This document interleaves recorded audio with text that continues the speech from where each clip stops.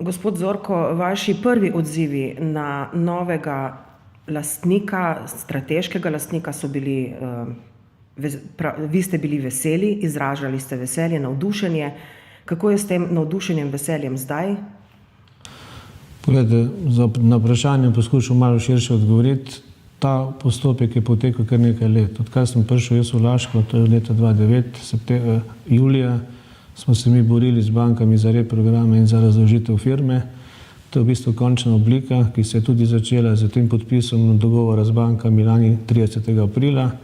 Mi smo se obnašali tako, kot so banke zahtevali, na koncu je prišli do nakupa strani stratega, ki ga jaz pozdravljam, ker smatram, da je strateg tista zgodba, ki bo tudi v to okolje dodala tisto, kar je temu okolju nekaj let manjkalo. In to je, da se pivovarna vrača v družbo, v družino pivovarjev in da se bo pivovarna in pivovarji v Laškem ukvarjali samo s tistim, kar znajo. To je osnovna dejavnost. To znamo dobro delati, vse ostalo pa neka zgodba, ki bo pozabljena. Seveda, vmes je bilo veliko težkih, veliko lepih momentov. Osebno sem podoživljal to z vseh strani. Moje veselje je bilo pač v nekem momentu sprostitev, ker bo pač neka nova zgodba in ta sprostitev bo prinesla spremembo v mesto v Laškem in tudi v Ljubljano, ker so lastniki prodali obe pivovarni, tako Laško kot Union. Jaz si štejem pa v čast, da sem skupaj z upravo uspel in sodelavci pripeljati zgodbo tako daleč, da so lahko lastniki trgovali z 4 končnimi kupci, v kateri borbi, igri je zmagal Heineken kot strateg in jaz pozdravljam, mislim, da je to za Laško in za pivovarništvo dobro. Pa vendarle, kakšne posledice konkretno to prinaša? Učinke in posledice? Vsaka sprememba lastništva prinaša spremembe. Tako lepe kot manj lepe, pozitivne ali kakršnekoli, vendar moramo gledati razvojno, kaj to pomeni za pivovarno Laško, v nekem smislu razvoja in ocenjujem, da to pomeni veliko. Tukaj se bo pač nov lastnik, ki bo postavil svojo strukturo, ki bo verjetno z okolja, spopadal s trgom, spopadal z brendi, vse tisto, kar pivovari znajo delati, ne bo se pa več ukvarjalo predvsem z nekimi finančnimi zgodbami, nekimi zgodbami tajkunstva, nekimi zgodbami nepravilnega prevzema, vse tisto, kar je bilo Laško vpeto leta in leta in leta. Laško je lepo mestece, Laščani so dobri ljudje, mi smo se sami del Slovenije in smatram, da se na ta način vračajo zopet ta, kjer jim je mesto. Torej v neko zgodbo, ki je uspešna. Vi morate vedeti, da pivovarna je kreirala zgodbo ne samo Laškega, tudi Slovenije v nekem momentu. Eni so to vzeli dobro, eni slabo. Konec koncev tukaj bi ljudje imeli delo, vsi, ki bodo pridni, kar so, se nimajo kaj bati. Za zdaj, tako smo lahko prebrali, slišimo, ostajata obe pivovarni. S kakšnimi argumenti ste jih in jih boste prepričali, da bo res temu tako? Obe sta bili grajeni še v enem drugem obdobju za en drug trg, jugoslovanski trg, predimenzionirani sta torej. Torej, na kakšen način bosta obstali obe? Heineken kot globalna pivovarna je bila ustanovljena 1864. Enaka letnica kot Union. Ima čez 165 pivovarn po svetu. Dal bom samo primer Avstrija, ker imajo Union bral neko združbo, kjer je 8 pivovarn. Torej njihova filozofija je, kamorkoli gredo, ohranjajo neko stabilno strukturo, ki je bila, jo pač prilagodijo svojim potrebam, nič pa ne zapirajo, če ni potrebno. Smatram, da tudi, ko so oni se predstavili v januarju naši upravi in mi njim, so pač povedali, kako funkcionira, kako delajo. Tudi z Avstrije so bili ljudje, sigurno vsaka metla drugače pometa, ampak ocena je, da sta oba brenda, tako Union kot Laško, tako močna na slovenskem trgu, da jih bodo pustili pri miru. In zaradi tega so oni to kupili. Oni niso kupili Slovenije, zato ker imeli 2 pivovarni tehnološko, ampak ker imata obe pivovarni močen tržni delež in dodali bodo samo neke svoje brende. In to je sporočilo. Nobenega brenda, ki je dobičkonosen, ne bodo ukinjali. Torej, zgodba gre naprej, mi se bomo pač skoncentrirali samo v tisto, kar znamo, to je pivo. Vendarle je treba vprašati še, kakšen bo njun položaj? Bo ena bolj enaka kot druga? To je hierarhija brendov, ki jo moramo pač skupaj z njimi sestaviti. Mi na slovenskem trgu nimamo premium brenda močnega, verjetno bo to kak Heineken brend, se samo ugibam. Druga sta pa zgodba Uniona pa Laško, ki bosta zaprla trg, cenovno verjetno na enaki poziciji oziroma rahla razlika, ampak to je vse stvar končnega izplena. Jaz ocenjujem, da je to tisto, kaj je tudi Laškemu manjkalo. Mi smo vsako leto kot skupina plačali preko 20 milijonov obresti. Naša obrestna mera je preko 5%. Mi nismo dneva zamudili plačila nobenih obveznosti do bank, vendar denar, ki smo ga ustvarili, kaj smo ga ogromno ustvarili, je šel vse bankam.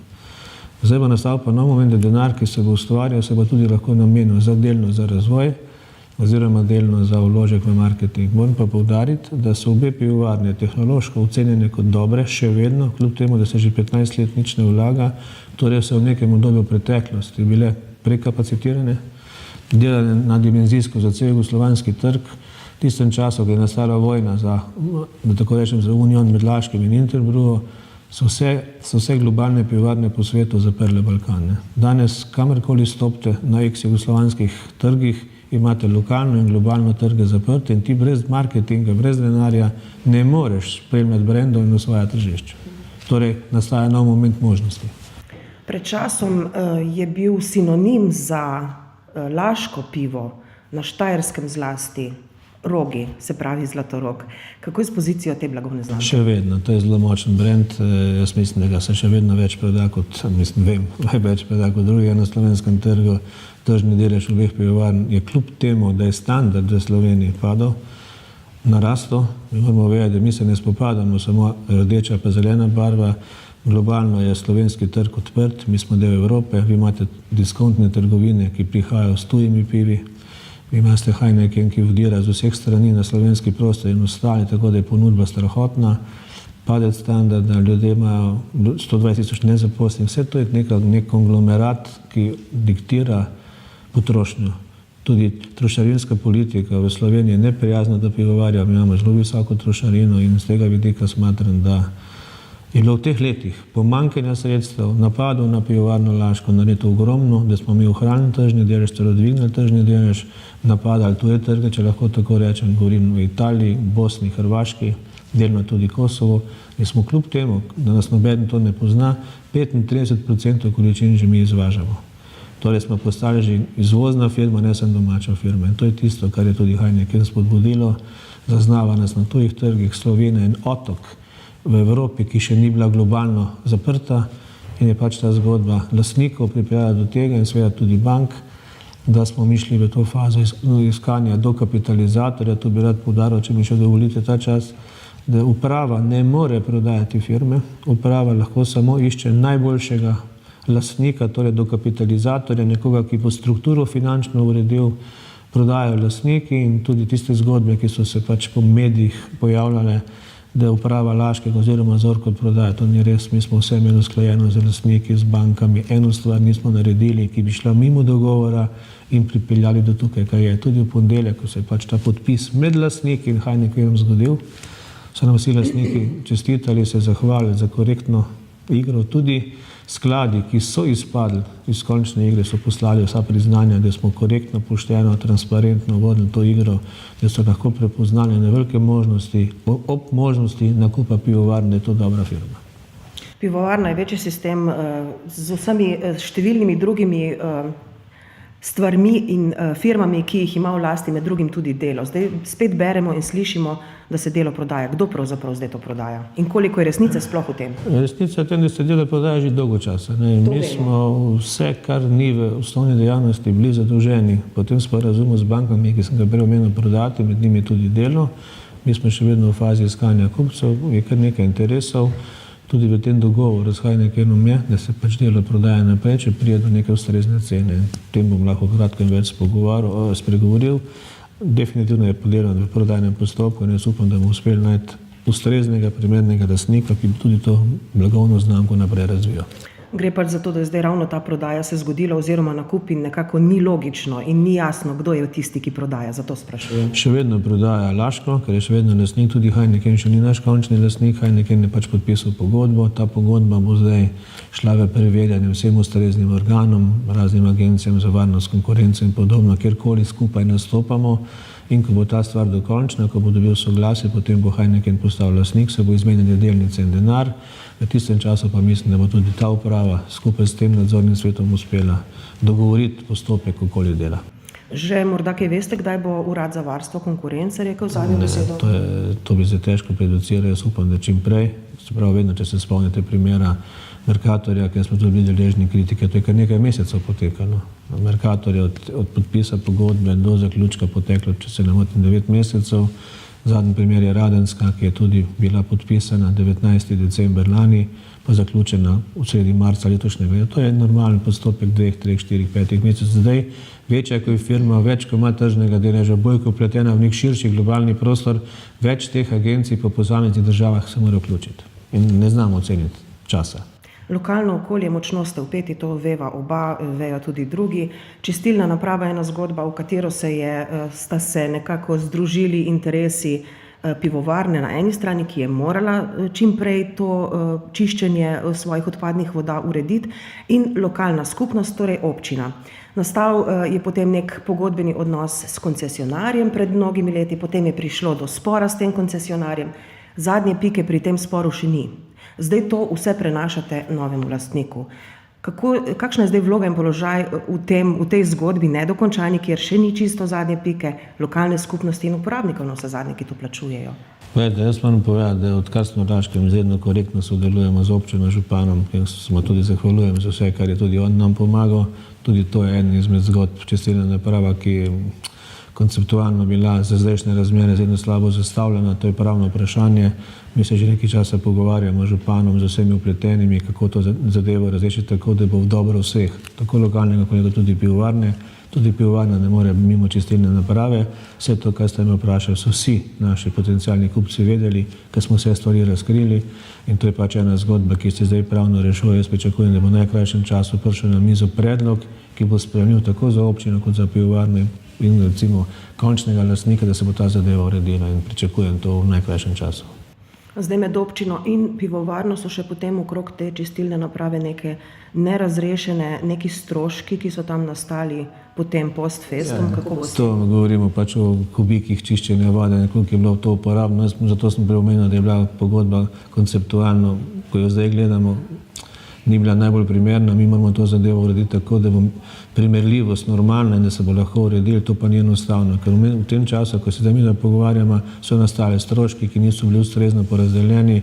Zdaj pa čiščemo nek moment, ki bo pokril vse in nastavil tak temelj, da bo lahko ta čistilna naprava dolgoročno normalno funkcionirala.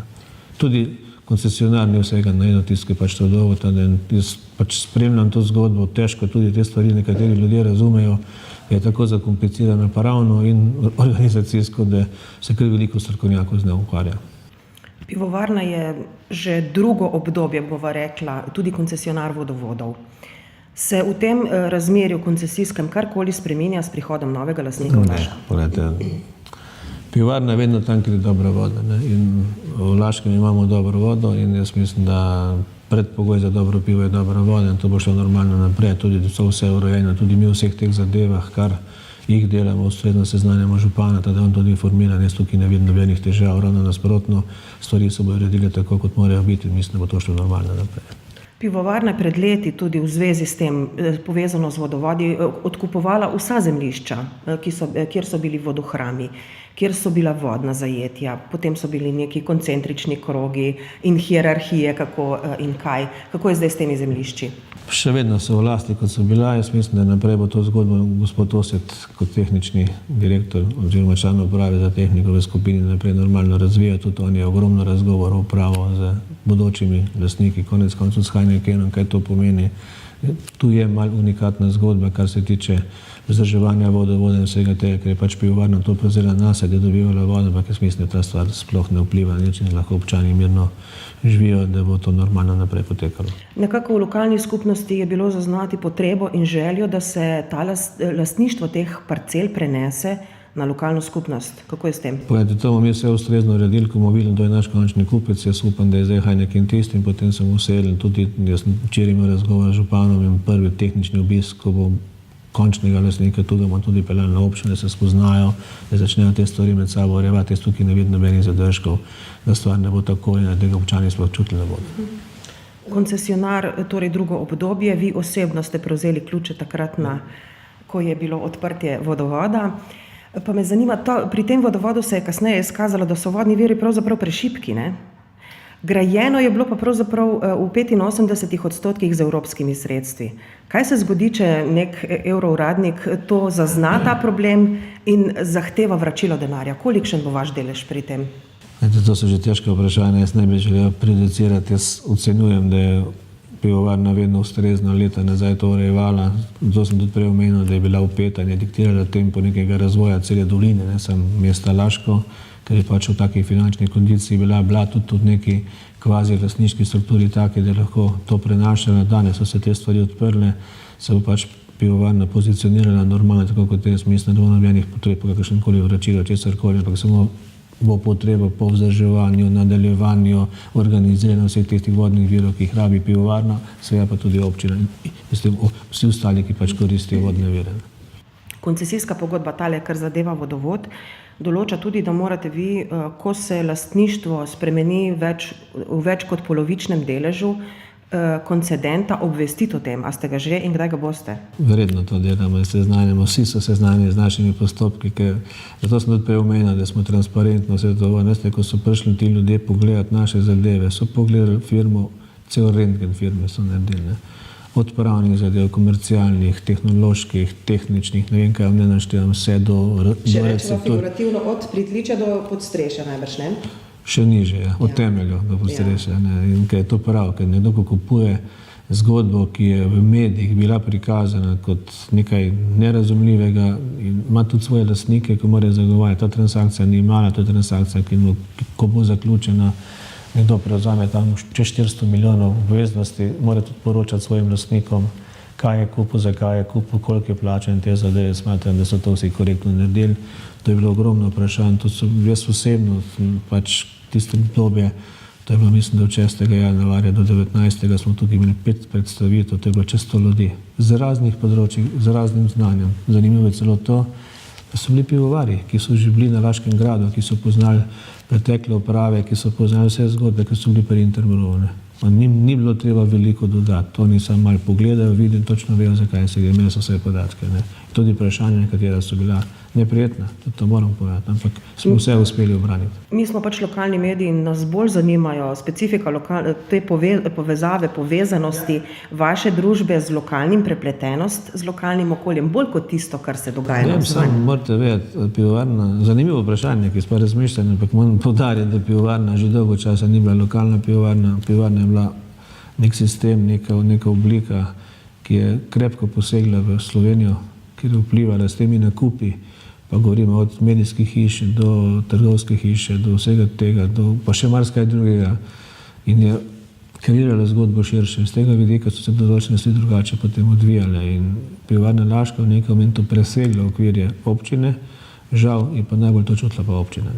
Gre za to, da je pač stacionirana tukaj, da imate svoje prostore in svoje postrojenje tu za to? Absolutno razumem vprašanje, da lahko dam eno sporočilo, ki je dosti odgovorno, da za vse ljudi, ki bodo normalno delali, kot delajo, za vse ljudi, ki razumejo to zgodbo, se ne bo nič drastičnega zgodilo. Ravno zato sem tudi poudaril primerljivo z Avstrijo, kjer je 8 pivovarn v tem združenju. Seveda, če se pa okolje makroekonomsko spremeni, si izmišljujem, da se pivo več ne bo pilo ali kakorkoli, potem se bo pa vsak lastnik, tako tudi vi in jaz se bomo drugače organizirati, ampak tega se ne bojim zaenkrat.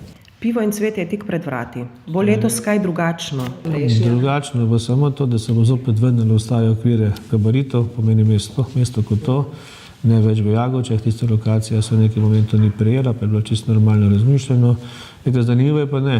Če je pivo in cvetje izven Laškega, so kritike in če v Laškem so kritike. Vedno je nekaj narobe. Jaz smatram, da bomo 190 let obeleženih normalno in mi že smo v hudih pripravah, tukaj tudi za občino sodelujemo in smatram, da bo eno lepo veselje. Upam, da je normalno, tako da ne bo kakih izgledov, kakorkoli, ampak bo normalno potekalo naprej. Gre za to, da so pač zadnja leta bili neki eksperimenti. Jagoče je eno od teh eksperimentov, ne?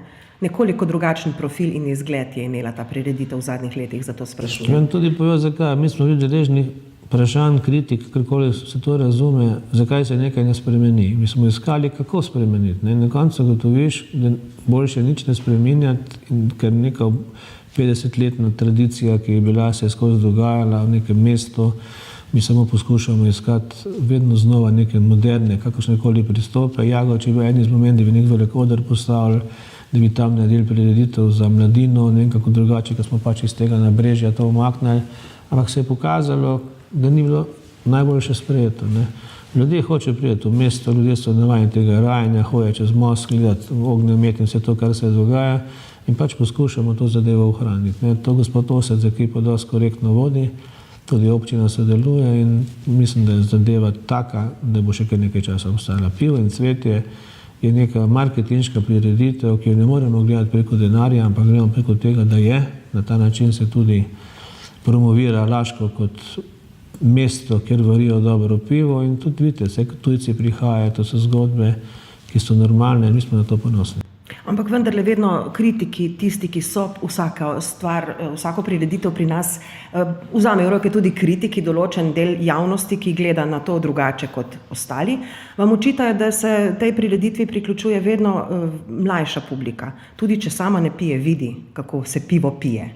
O tem mi veliko razmišljamo. Mi nikako ne želimo biti tisti, ki mlade navajamo na alkohol, ker to ni naše poslanstvo. Naše poslanstvo je kultura pitja, vsega tega, kar je normalno. To imate vse pa tudi po svetu. Imate Oktoberfest, ker jih milijone pride, se vedno z drugo zgodbo ukvarjajo. Tudi mi spremljamo to potencialno spremembo zakonodaje okoli uporabe piva na športnih prireditvah, ker smo spet unikat v nekem evropskem merilu. Moja filozofija naša je ta, ne delimo nič drugega, kar ni v Evropi priznano. Zdaj, ena vzgoja otrok, ena kampanja proti temu se dogaja drugje, ne pa na pivo in cvetje. Mi samo to, jaz sem pač vesel, da vsako leto spremljamo tudi kakšne izgrede, prometne nesreče in tega je vedno manj, ker tudi mi se drugače uredimo. Vedno več ljudi koristi vlake in te zadeve, da se vozijo in hodijo z vozili. To mora ostati, ker če to vzameš, konec koncev tudi Planica, če vzamete, ko je bila pred kratkim zelo uspešna prireditev, ko tam gledaš ljudi, to je eno veseljačenje. Seveda tudi imaš par posameznikov, ki preidejo normalno. Zdaj, če po teh posameznikih gledaš, potem je zgodba tragična, ampak jaz ne gledam to tako, gledam drugače. Mislim, da so to uspešne prireditve, tudi v Laškem se da neka referenca, Laško postane popularno. Če ga ne bi bilo, kaj bi se potem zgodilo? Kup vprašanj, zakaj ga pa ni. Pivovarna se ugaša, pivovarna nima denarja, pivovarna nima tega. Moram povedati, da sem vedno, jaz pač tukaj peto leto že, in vedno so kritike, take in drugačne. Ene take, ampak to so na marginali. Pa vendarle se čisto samo postavlja vprašanje, imate ambicijo, da bi to pivo in cvetje postalo kaj več? Tudi zgodbo Oktoberfesta poznamo, to je bilo nekaj marginalnega pred 30, 40 in več leti bolj nazaj v zgodovino, zdaj pa to nekaj velikega. Pa moram povedati drugače. Laška je navajena, da ko se kaj dogaja, vse plača pivovarna. Tukaj ste imeli tudi leta nazaj uspešna podjetja, ki pa nikoli niso nič participirali. Zdaj, odkar je gospod Bošnjak tudi v Termani, se sploh lahko pogovarjamo, pa normalno uredujemo skupne zadeve. Kaj hočem povedati? Te prireditve stanejo. Vedno dražje so, ne? Mi, ko delamo program nastopajočih, če hočeš pripeljati nekoga, ki je, ne rečem, malo drugačen, ima tudi malo drugačno ceno. Vsi ti naši so korektni, nastopajo, to si dajo svoje programe, zato so bile tudi jagoče namenjene. Da bi mi pripeljali, recimo, neko zgodbo, ki je bilo 20.000 ljudi na en dan, potem se postavlja vprašanje prevoza, vsega tega, ampak zaenkrat je to še prehiteva, o tem veliko razmišljamo. Ker bi na ta način dodatno naredili. Mi smo celo razmišljali tudi to s Termano, da to ne bi bilo samo enkrat na leto, da bi se 2-3 prireditve naredili, da bi bilo večkrat to. Seveda to treba pa to organizacijo pripraviti in to vse stane, ampak zaenkrat bo ostalo v teh okvirih, v teh dimenzijah. Jutri je lahko nov dan. Dogovorjeno. Še eno vprašanje pod črto me zanima. Med prodajalci delnic je tudi zdajšnji zapornik, vaš nekdanji šef, potem sodelavec oziroma nekaj takega, gospod Boško Šrot. Kako gledate na to, da on, ki je pravzaprav pripeljal pivovarno v položaj, kakršen je bil, nehvaležen, zdaj pobere denar?